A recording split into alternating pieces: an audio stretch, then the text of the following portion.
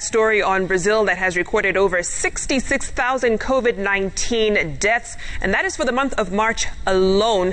Now, the South American nation currently accounts for about a quarter of COVID-19 daily deaths worldwide. Take a look at how it's ravaging that country.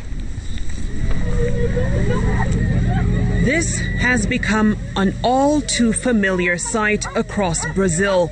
The country is buckling under the weight of surging COVID-19 cases and deaths. Brazil's largest city, Sao Paulo, sped up efforts to empty old graves, making room for a soaring number of COVID-19 deaths, as City Hall registered record daily burials this week alone.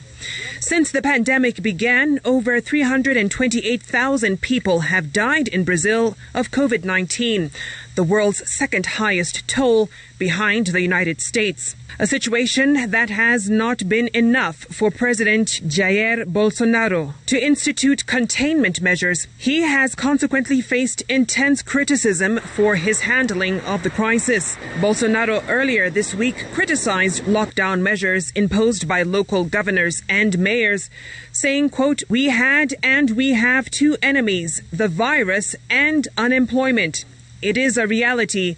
We're not going to solve this problem by staying at home." Brazil's health systems have been overrun in this latest wave, its second and most deadliest since the pandemic hit.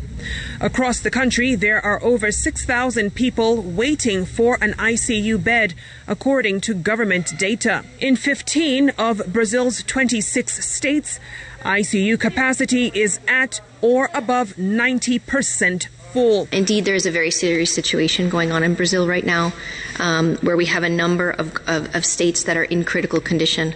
I understand that the Brazilian Ministry of Health has stated that 6 states are in critical condition, and nationwide, the hospitals are overwhelmed. When it comes to vaccination, Brazil has also been slow to secure enough doses for its 210 million inhabitants. Less than 10% of adults have received a first dose, and only 3% are fully vaccinated. The country has a 100 million dose deal with Pfizer for this year, but delivery is only scheduled to begin in May with 2 million shots.